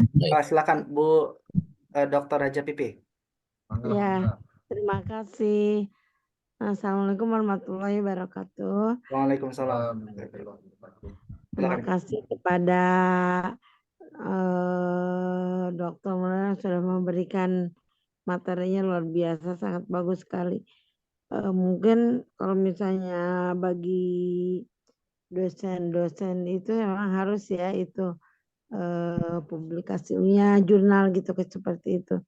Cuman kendalanya yang saya rasakan itu kan kalau misalnya kita mau ke Scopus atau ke Sinta gitu kan, Sinta 2 apalagi satu gitu. Itu kan harus pakai biaya karena pernah ya waktu iseng-iseng ngirim jurnal kok nggak terbit-terbit gitu. Ternyata setelah terbit kita bayar ya, bayarnya luar biasa lagi. Dulu waktu itu 4 juta gitu ya, 4.500.000. Nah kalau misalnya dosen yang penghasilannya minim gitu, minim sekali, bukan berarti ya di mana aja mungkin minim. Misalnya kalau uang 4,5 juta itu mungkin dalam jangka setahun, mungkin gaji setahun ya. Ya dari mana gitu. Ya Ya. publikasinya mau gitu ya, bikin jurnal mau gitu. Cuman mengeluarkan dananya itu loh. Kalau misalnya hanya untuk sendiri mah ya boleh. Misalnya untuk kepentingan naik pangkat lah, untuk apa gitu. Tapi kalau kepentingan untuk misalnya perguruan tinggi gitu ya, yang tempat kita ngajar, kemudian biayanya tidak memadai gitu untuk itu gitu. Untuk ongkos aja nggak cukup gitu misalnya ya. Seperti misalnya Ya. saya kan kalau ke kampus Maaf. gitu. Ya Ya, kan gitu, supir sekian gitu, bensin gitu. Tapi apa gitu kan, mana untuk bikin jurnal boro-boro gitu kan. Kalau ya. kecuali kalau misalnya terpaksa misalnya untuk KNP gitu. Itulah mungkin yang membuat malas para dosen, seperti itu yang saya rasakan gitu. Ya, baik Bu Haja, udah di Gimana solusinya gitu. kita Saya langsung jawab ya. jawab aja mungkin Pak Dr. Oke. Mulyawan. Siap. Pemikiran itu sebetulnya pemikiran, kalau buat saya ya, Bu, kalau kalau Bapak dan Ibu yang benar-benar dosen, saya pikir sudah tidak ada lagi daya tawar. Bahasanya Anda mau atau enggak? Mungkin buat yang apa ya sebutnya, yang ber-NIDK dah gitu. Mungkin daya dorongnya tidak terlalu sebesar yang ber-NIDN. Karena kalau yang ber-NIDK itu dia tidak bisa naik pangkat, Bu, kecuali sudah sertifikasi. Kalau yang sudah sertifikasi, dia bisa naik pangkat. Gitu. Makanya kenapa kemudian ada perbedaan yang selama ini terjadi ya. Dosen itu ada yang ber-NIDN dengan ber-NIDK. Jadi yang ber-NIDN itu, yang ber-NIDK itu hanya bisa terhitung ketika yang ber-NIDN-nya itu sudah terpenuhi. Kalau yang tidak ber-NIDK, tidak ber-NIDN, kalau yang ber-NIDN-nya sudah terpenuhi, maka ketika ada NIDK itu menyempurnakan atau menggenapkan. Gitu. Saya melihat posisi begini itu memang salah satu pengaruhnya juga. Cuma kembali lagi balik kepada kita juga, Bapak Ibu. Kita ada di mana, sedang apa. Jadi kalau misalkan Bapak Ibu yang sekarang sudah menjadi dosen, seperti contoh di Karisma, atau di tempat lain, contohnya home base-nya, ya semua permasalahan itu bakal terjadi di mana-mana, Bu. Jadi kalau ngomong duit kurang, ya emang lamun anu ngajar di UIN duitnya angka kurang gitu. Wah, duit mah kurang. Nah, kita ngomongnya kekurangan gitu ya. Nah, maksud saya begini nih. Ada peluang-peluang dosen juga bisa mengikuti yang disebut dengan hibah. Contohnya, hibah itu bisa, ini kan sudah ada ininya kan, apa sebutnya? Eh, ada apa ya? Ada suratnya yang beredar tuh untuk bantuan publikasi gitu. Dan itu kan tinggal berkompetisi, tinggal lihat persyaratannya.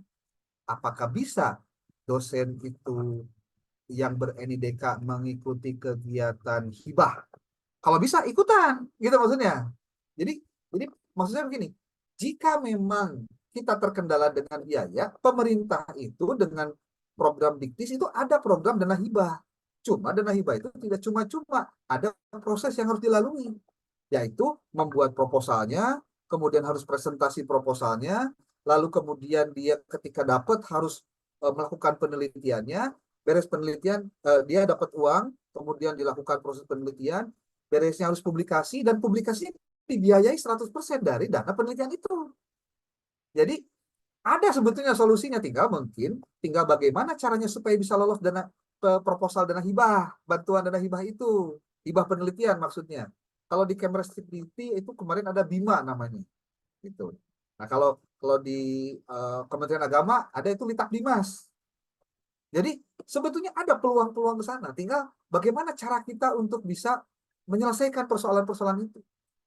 Betul, kalau memang kita sengaja nulis, kemudian lagi kita masukkan, apalagi mungkin ada biayanya, ya repot. Cuma ini juga harus diketahui oleh Bapak Ibu semua. Saya termasuk orang yang sangat menghargai ketika jurnal itu berbayar. Ini tolong pahami dulu, karena kalau sebagai orang yang apa ya, sebut saja dosen sebagai penulis, pengennya kan gratis, Bu. Tapi kalau sebagai pengelola jurnal, itu memang harus berbayar. Kenapa harus bayar? Ini saya kasih tahu ya. Satu, website itu hostingnya harus dibayar tiap tahun. Dua, itu yang namanya DOI, ya, digital object identifier, alamat yang itu tahunan berbayar tiap tahun. Jadi hostingnya bayar, kemudian doi-nya bayar, DOAJ kalau terindeks itu juga bayar, ya, per tahun. Lalu yang keempat, itu reviewer juga, Bu, sekarang itu uang lelahnya dikasih. Lalu editor tuh babak belur nih, masuk artikel, baca, kemudian dia harus melakukan perbaikan, proofread dan lain-lain. Itu memang harus berbayar. Bagaimana cara kita memberikan reward kepada editor yang baca, yang memperbaiki, yang tektokan dengan author, lalu dengan reviewer. Reviewer itu dengan keilmuannya kita minta dia untuk membaca naskah penulis supaya naskahnya jadi bagus. Jadi kalau misalkan sebuah terbitan ataupun sebuah jurnal itu berbayar, itu karena memang segalanya berproses. Itu. Makanya kalau di awal-awal, kenapa jurnal lembaga yang belum bersinta rata-rata susah dapat artikel? Ya memang karena orang sudah mikir, belum bersinta ini. Padahal kalau kita ngirim ke jurnal yang belum bersinta, lalu dianya jadi bersinta, tulisan kita yang tadinya gratis itu jadi ke bawah bersinta. Nah, kembali ke persoalan tadi, berarti betul. Sekarang tinggal bagaimana kitanya menyelesaikan persoalan tadi. Menulis Scopus, bisa nggak? Bisa. Ada yang gratis? Ada. Tapi jumlahnya lebih banyak memang, tapi ngantri. Itu resiko. Kalau yang berbayar, ada juga. Makanya kita pilih-pilih. Karena ada juga jurnal yang berbayar, tapi predator. Ngapain?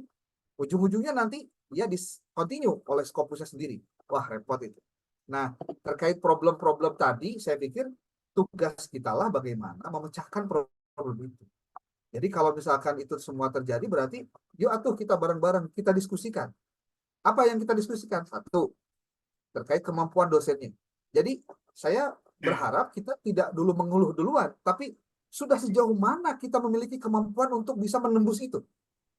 Contoh, coba kita cek. Nanti saya coba minta Pak Wadek 1 ya, Pak Wakil Ketua 1 untuk kita coba list dosen berdasarkan karyanya. Nanti kita lihat Google Scholar-nya di karyanya itu ada berapa. Yang terindeks paling tidak minimal sekali itu Google Scholar. Paling minimal Google Scholar. Bapak Ibu yang sudah risetnya banyak mungkin sekalian punya akun Orchid, Pak. Akun Orchid gampang kok ya. Nanti akun Sinta punya, Orchid punya, dan sebagainya nanti bisa disatukan. Yang punya Pak Kun itu kan masih belum terindeks Sintanya itu harus ada perubahan, Pak. Itu harus ada komunikasi dengan operator Sinta yang ada di ini, ya apa? Yang ada di Kopertais. Nanti mungkin pihak Pak Ketua atau Wakil Ketua tahu siapa operator Sintanya. Karena nanti harus diklikkan sehingga nanti di dalam tampilannya itu otomatis muncul STI Karisma, Pak Kun. Gitu, ya. Nah, jadi untuk sekedar memberikan insight itu cara pandang saya terhadap hal tersebut, Bapak Ibu. Kitanya harus positive thinking, ya.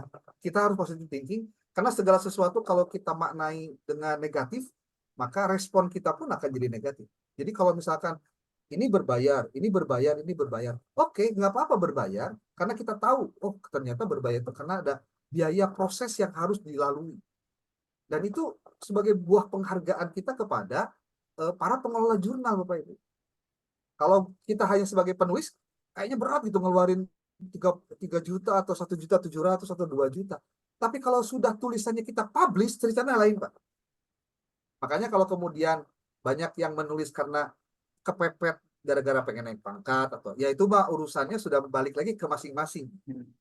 Kalau kita punya basic akademik yang tinggi, maka kita akan gregetan kalau karya kita nggak dibaca orang, karya kita nggak publikasi, gitu. Makanya kalau orang menulis itu harus dari bukan karena persoalan butuh atau tidak butuh, tapi sudah menjadi habit kita, kewajiban kita. Dan ini semuanya bisa kita lakukan sebetulnya. Dan saya tidak menyalahkan ketika ada pendapat yang tadi Bu Dr. Pipi sampaikan.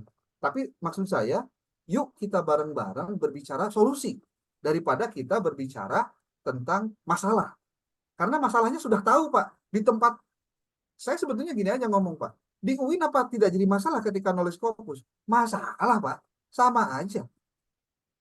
Malah kalau saya mau bongkar sedikit, Pak, tidak sedikit profesor di UIN itu yang sebetulnya nggak produktif, Pak.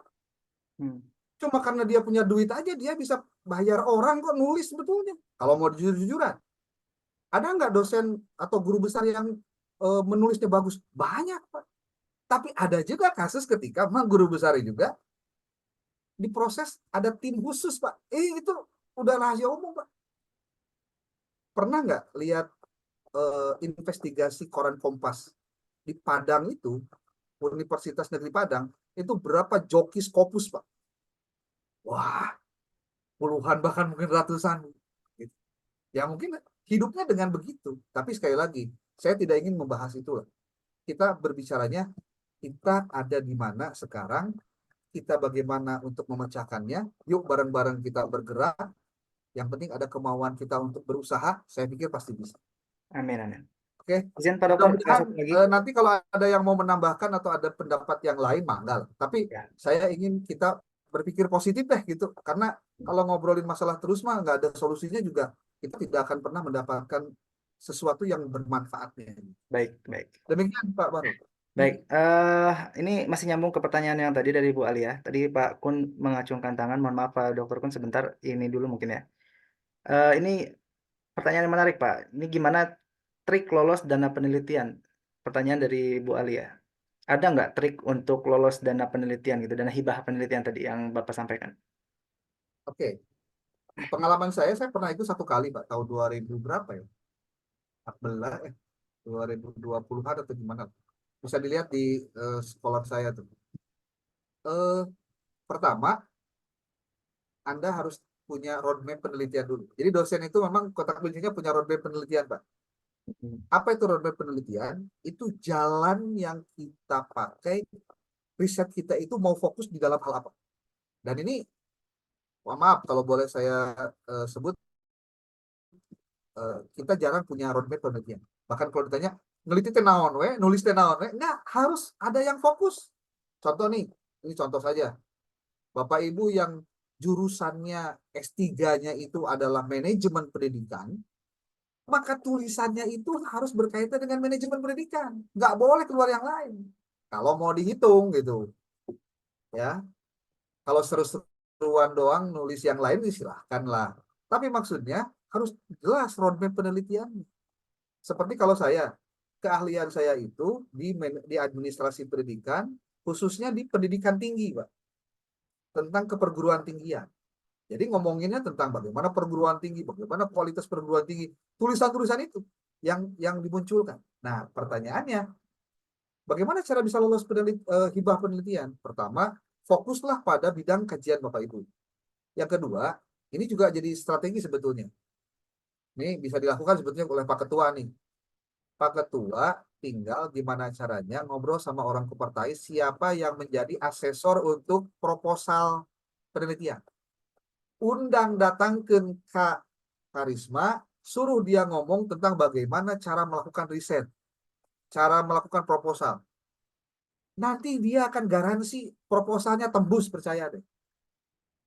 Itu caranya, Pak. Contoh nih, Profesor Dr. Ramdhani Wahyu Sururi itu jadi asesor untuk itu, Pak Ketua nih. Mungkin bisa dikontak nanti, biar nanti datang ke Karisma, biar menyampaikan tentang hibah penelitian itu kayak gimana. Jadi ceritanya itu pun dipakai strategi gitu, Pak. Termasuk nih, ada orang pusat yang urusannya bantuan-bantuan. Tarik, Pak, suruh ngomong. Nanti dosen-dosen perlu hadir. Makanya Bapak Ibu, kalau kampus kan orang dari luar atau orang dalam sendiri untuk berdiskusi, itu adalah sebuah kesempatan baik untuk para dosen hadir dalam rangka pengembangan itu, gitu maksudnya.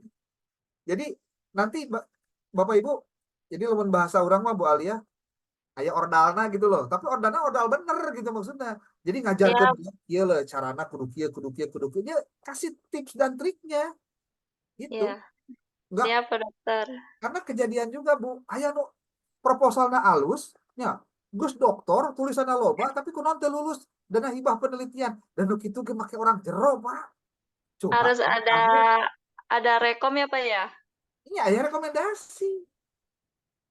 Nah, simpel sebetulnya begitu aja, teknis lah. Dan saya yakin yang beginian mah Pak Ketua kita sudah tidak perlu diragukan lah kemampuannya gitu ya. Jadi hal-hal begini bisa ditembus. Tiga pertanyaannya balik deh ke orang sebagai dosennya. Mau nggak nulisnya gitu loh. Menyesuaikan dengan itu ulah kieu hadas didatangkeun, nah nulis itu kan ambon sorangan, Pak. Aduh. Rugi dong kan gitu mana cek udah kayak namanya. Gitu. Siap. Oke, itu dulu deh. Hatur nuhun Pak Dokter, hatur Ya, nuhun. siap. Ini Pak Dokter Kun ngacung terus nih. Aduh, Iya, Pak jadi Dokter, silakan Pak ketahuan Dokter Gun.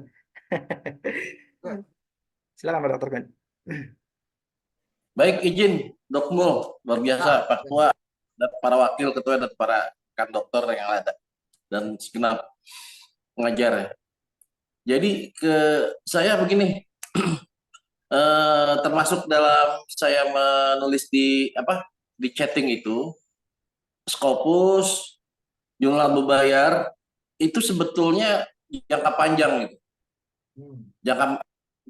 Jangka menengah pun sebenarnya terlalu dekat, itu sangat panjang. Jangka pendeknya adalah saya ngobrol juga dengan ketua pada waktu nginep kemarin ya, bahwa kita ini untuk akreditasi kita ini harus jadi asisten ahli predator.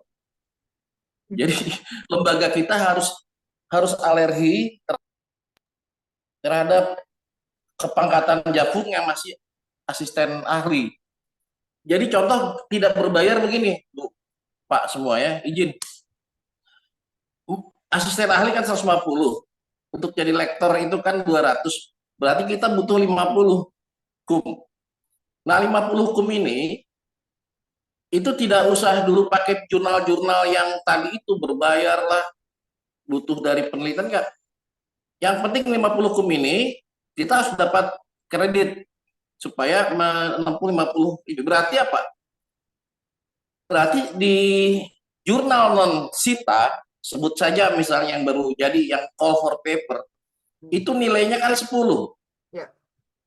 Nah, 10 ini kalau kita jadi penulis kedua, berarti 0,4.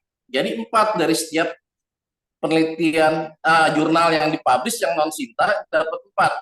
Berarti untuk dapat 50, berarti ada sekitar 13 biji.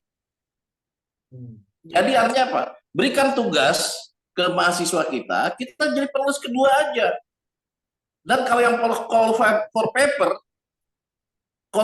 berarti milarian naskah. Jadi kitanya malah dicari. Jadi gitu maksudnya. Nah, ketika sudah 50 lewat, berarti 150 tambah 50 jadi 200. Mulai itu hilang tuh asisten ahli di STAI Karisma. Semua jadi lektor kepala. Nah, lektor kepala ke lektor, dari lektor ke lektor kepala butuh 200 tambah 200 bagi berapa jurnal. Nah, seperti itu tadi. Cuman ketika ada persyaratan bahwa seorang lektor untuk jadi rektor kepala sekali seumur hidup mah guru jadi penulis 1 di Sinta 2, baru di situ pemacaran leangan 7 juta kan. Itu maksud saya. Nah, ketika ada rektor kepala mau ke guru besar, nah bagaimana itu untuk Scopus yang setahu saya yang udah nawarin ke saya ada 3.000 euro per 1 Scopus, sedangkan kita butuh 4 Scopus. Itu maksudnya. Jadi sekarang saran saya nih, programkan STAI Harisma itu untuk agak alergi terhadap yang asisten ahli. Harus kita sama-sama bareng untuk minimum jadi lektor semua. Dan untuk jadi lektor semua itu cukup penulis kedua di yang non Sinta. Karena kalau Sinta itu Sinta 6 aja berbayar 250.000. Itu dari saya sedikit banyak untuk memberikan supaya mari kita berjuang bareng untuk STAI Harisma dengan no charge gitu. Terima kasih, hatur nuhun. Terima kasih Pak Dr. Kun. Ya, Itu nanti harus jadi dibahas. kita harus ada ambisi ya, Pak Dr. Kun ya. Oh, satu lagi mungkin dari Pak Dr. Pala. Wah, ini pada kepala kemana wae ya belum ketemu Silakan. saya. Silakan Pak Dr. Pala. Assalamualaikum warahmatullahi wabarakatuh. Waalaikumsalam. Terima kasih Prof. Mulyawan. Alhamdulillah materinya sangat mencerahkan. Yang kedua, terima kasih ke Pak Ketua nih sudah mengapresiasi para dosen untuk difasilitasi dalam kegiatan ilmiah khusus dalam forum workshop ini ya. Pertama, saya mengucapkan selamat Idul Fitri 1445 Hijriah. Mohon maaf lahir batin. Pada semuanya apabila ada kesalahan mohon dimaafkan. Yang kedua, saya sangat menyambut baik apabila kegiatan tulis-menulis di kampus kita itu sebagai budaya, dijadikan budaya kampus lah. Dan itu butuh kerja keras, perjuangan, dan butuh waktu. Nah, untuk menyambut itu, gimana kalau saya usulkan dua hal. Pertama, kita harus ada percepatan perapihan akun afiliasi kampus. Jadi kita cek semua dosen, apakah semua sudah memiliki akun afiliasi kampus yang aktif.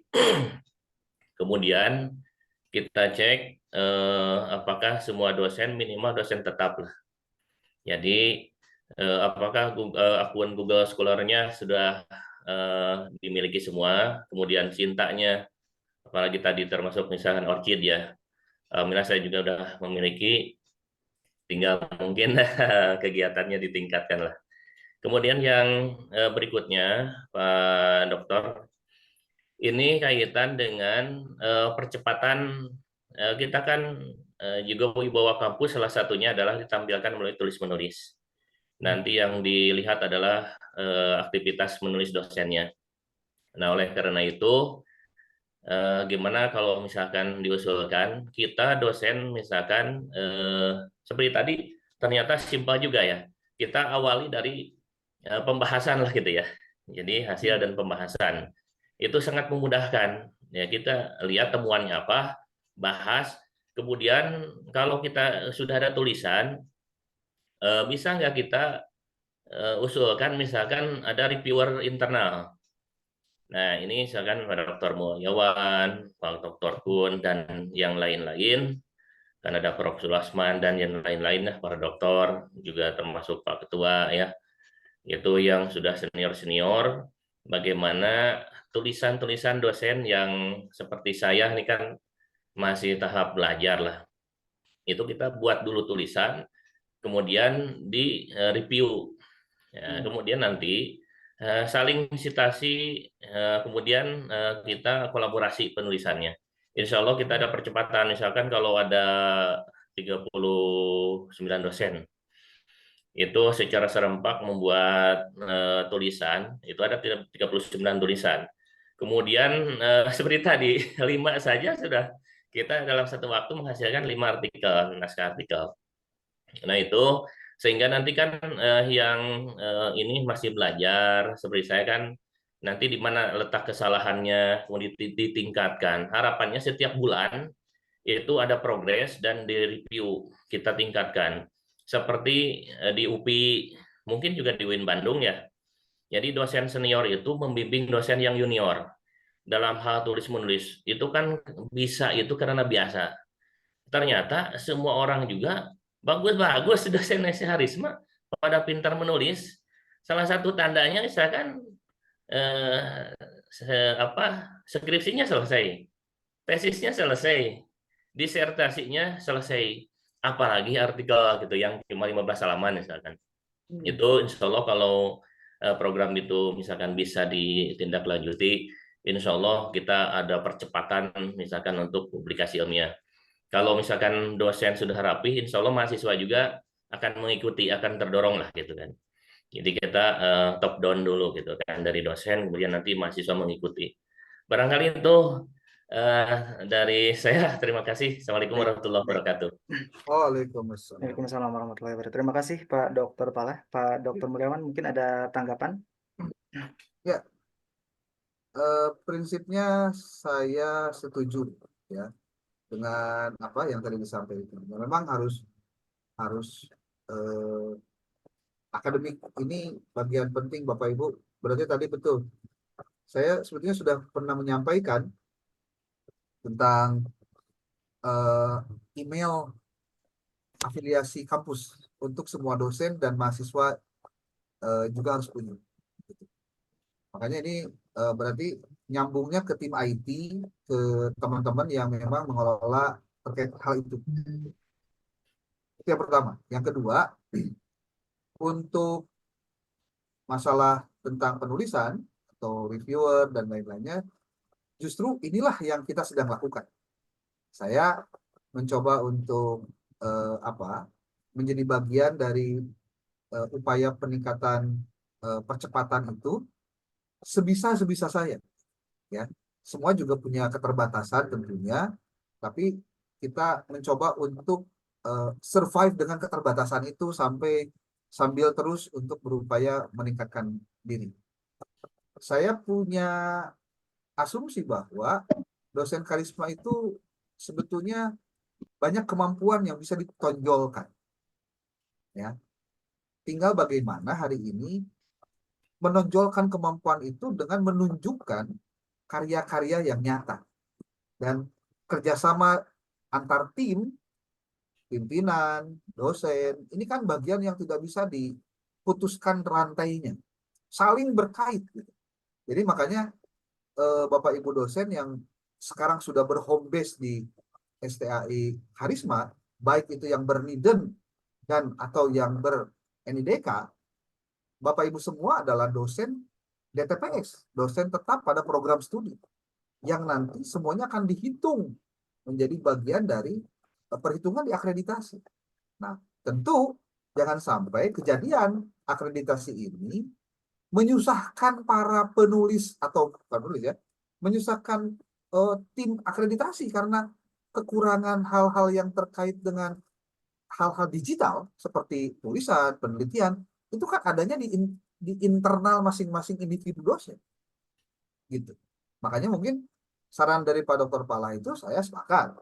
Tinggal yuk bareng-bareng berarti kita kembangkan apa yang ada, kita lebih hindari hal-hal yang justru menambah sesuatu yang tidak ada manfaatnya, kita berperan menjadi orang yang lebih pada aksi, ya, untuk bagaimana pendidikan, penelitian, dan pengabdian pada masyarakat itu bisa kita lakukan. Bisakah kita menulis tanpa banyak mengeluarkan biaya? Bisa. Kalau bisa, yuk kita lakukan. Caranya bagaimana? Nu penting mah kita ada kemauan untuk mau berubah ke arah yang lebih baik. Ketika karisma berubah menjadi institut, jangan sampai institut rasa STAI. Itu. Ya, Ya. ya, betul. Ada juga institut rasa PAUD, ayah. Institut rasa PAUD. Ya, ya. Ekstrim ya, institutnya rasa PAUD. Kalau mau jadi institut, itu semua mindsetnya berubah. Bukan hanya pada perubahan institusi lembaganya, tapi perubahan mindset, kinerja, kemudian cara berpikir untuk pengembangannya itu sudah berubah sama sekali. Saya berharap tadi yang disampaikan Pak Dr. Pala itu bisa bareng-bareng kita lakukan. Ya, oke. Itu aja tanggapan saya.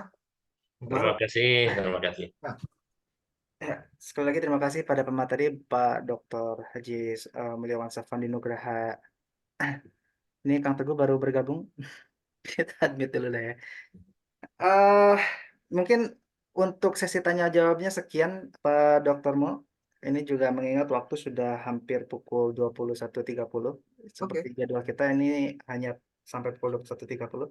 ya, Mungkin kita akan akhiri sesi hari ini. Tapi sebelum kita akhiri, kita adakan sesi foto dulu ya. Mohon on cam semuanya.